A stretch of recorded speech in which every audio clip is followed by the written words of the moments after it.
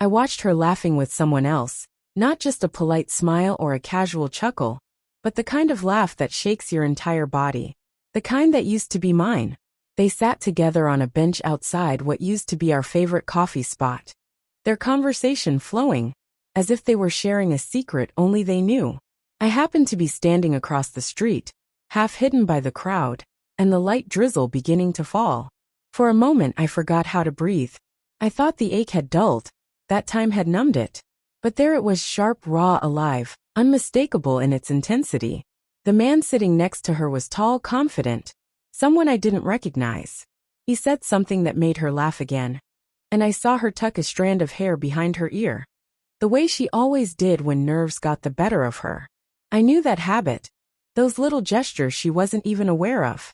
At least I used to know them, and that was the part that hurt the most, realizing that someone else was now learning the small secret parts of her. The way her voice shifted when she was excited, that guilty smile she gave after adding an extra spoon of sugar to her coffee. I had tried to move on, tried to let go, but my legs wouldn't listen. Memories slammed into me, overwhelming me with their weight.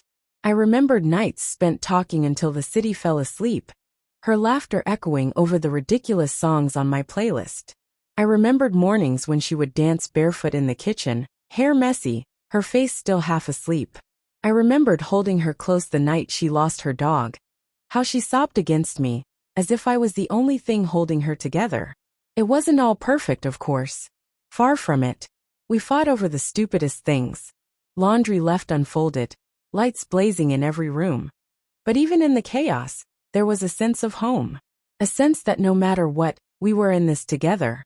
Until one day, it started to unravel, the threads pulling loose one by one. She said I wasn't listening anymore. Said she felt alone, even when I was right there beside her. Maybe she was right.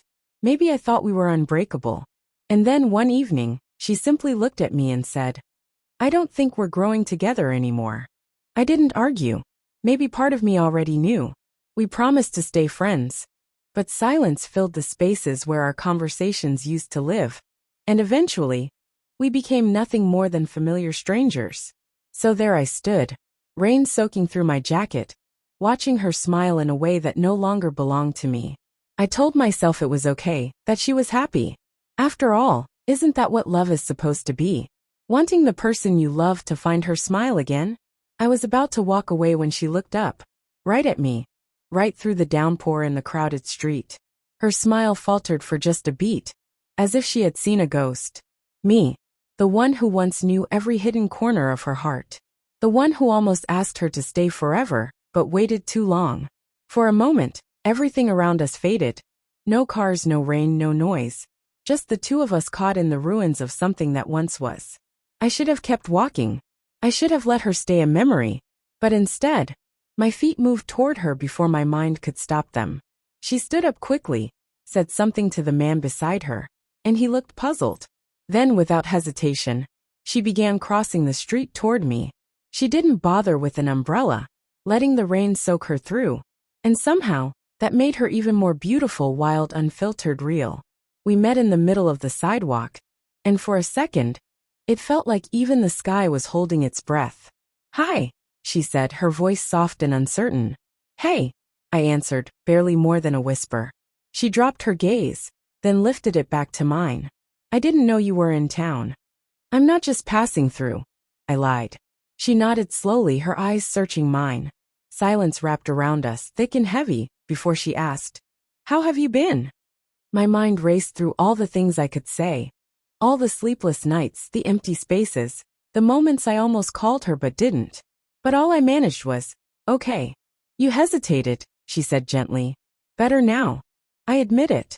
The words hung there, trembling between us, before I blurted out, "I saw you laughing."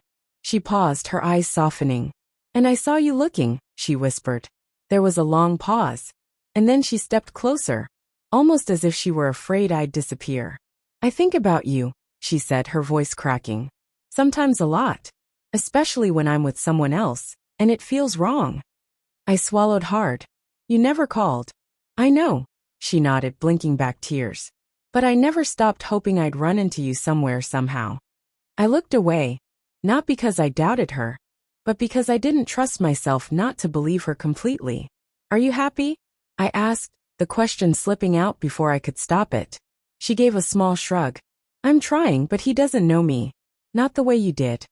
I wanted to tell her how long it took to stop waiting for her messages, how every room still echoed with her absence.